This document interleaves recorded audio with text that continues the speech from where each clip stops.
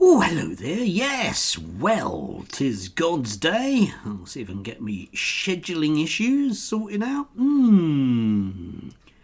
Definitely is. Anyway, yes, today. There are mysteries in the universe, aren't there? Things that can't be explained. You know, the things that Christians really, truly say to you, ha, well, you can't explain that, can you? And of course, one of those is miracles, all those bona fide miracles that most definitely did happen. Yeah, and I witnessed one yesterday with Alex Phillips. Yes, her, Alex Phillips of GB News, and definitely telling the truth, everything about Brexit. Certainly her, yes, and because she said this, which I thought was quite intriguing and showed the superior powers that there are with divine intervention. She said, Alex Phillips, yeah, that's her, says Britain is falling apart. My own neighbourhood has changed unimaginably in the last 6 months. Half the shops are boarded up. Yes. Now, you see, the thing that's gone on here is that Alex has suddenly, I'm suggesting by Sir Starmer himself, been granted out of the blue, Sword of Damascus, seeing the light, the ability to see around her for the first time in, well, probably 20 years. You see, I mean, you and I, you see, have seen the gradual decline of our, high streets over the years. So we've seen, no matter where you are, really bad in some places, quite bad in others, smattering elsewhere. We've seen, various boarded up shops. But Alex, ever since the last 6 months, has suddenly become aware of the number of boarded up shops that there are in her high street. And this is all down, apparently, to the Labour Party, but I don't think it is. I think what it is that she's been granted the grift of vision. Yes, possibly. Anyway, yeah, moving on from that particular one, really intriguing, these people that suddenly have realised that various things are wrong with the country after 15 years of not having the ability to see it. Definitely.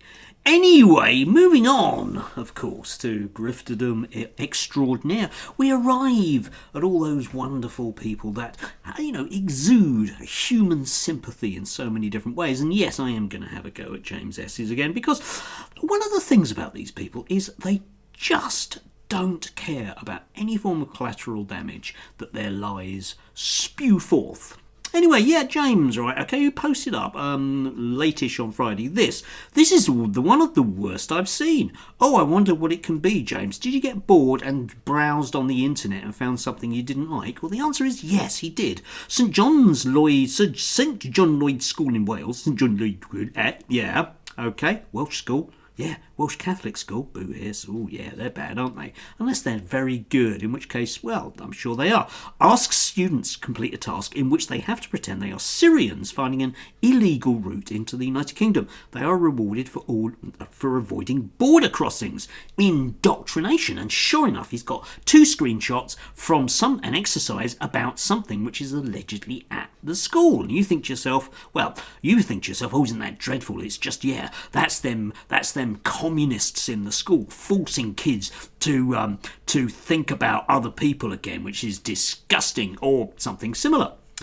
But the problem I had with this, once again, because, I'm one of those people that actually, works in education and actually, knows things and is actually qualified, cough, cough, James, that you're not, but let's not worry about that now, is I don't know what exactly this exercise necessarily is about, because we have no indication whatsoever about where exactly this has come from, other than what James says, other than he was browsing online one day and got a bit bored, stumbled on this, and basically didn't like it. But I don't know at all. So, of course, I did my usual thing. I went online and looked at the school, and sure enough, in the local news, it's flooded with, well, nothing about the school whatsoever. Now, James, being tied in with the gorgeous and pouting Matt Goodwin, has a fairly online following of very, very, very, very, very reasonable but concerned human beings who, oddly enough, are likely to do things like, well, bombard people with really nasty comments because, they don't like the direction the country is going in and feel a right, to basically have a go at anyone that points out things to them. I have certain people in my comments that are like that, don't I? Oh dear, how sad. Yes, anyway, oddly enough, the school decided to close their Twitter account. I would imagine, and I'm guessing because I don't know, like James doesn't, that it was because they were being bombarded online. So we get this, okay? James Esses says, as per usual, yeah, once a school have been called out for indoctrination, they simply delete their social media profile and hope the whole thing will go away. This is simply not good enough. Yes, indeed, it's not good enough, is it? After all, if James has decided to come after you for spurious reasons, what you've got to do is just accept your kicking. Not like the people around James, of course, who, of course, wouldn't go so far as to delete social media accounts when they get into trouble for things like, I don't know, things that people might find being a bit racist or fascist or just generally really obnoxious. James doesn't move in those circles, of course not. He wouldn't, would he? But now, basically, we end up with this story, in inverted commas, reaching the Daily Telegraph. It's almost like they work together, isn't it? Pupils taught to plot illegal migration route from UK to Syria. Yes, they've been taught to do it, even though there's no evidence of that. None whatsoever. You can read the article for yourself. There it is. Top marks awarded to students who devise routes in which all controlled borders are avoided using land and sea. Yes, according to James, who has no idea what he's talking about. Still, never mind, I think what we should do is encourage people to go round there and burn the school down. After all, that would be, reasonable, because how dare these people, teach lessons about migration? Now, just for a slight amount of context, not that I know what I'm talking about, but of course I do, resources like this have been around for a very, very long period of time. 15 odd years ago, Oxfam were producing a lot of them, and they are designed to give young people an idea about what other people's lives are like. Now, if James doesn't want that to happen in schools, he can produce his own materials. He could produce, a set of materials whereby pupils could try to understand how it is that somebody who is qualified in nothing can suddenly become an expert and somehow, get free access to the media to dictate various nasty approaches and things. And they can try and get their head around that, difficult though that might be, because what on earth would be the motivation? And then, in the game perhaps, we could have it that you have certain tokens of money, yeah. And of course, if there are any consequences to this and some idiotic child puts their hand up and says, isn't this immoral? You can simply point them to the get out of jail free card, which of course James has, because, he now moves in those circles whereby basically he's paid for a living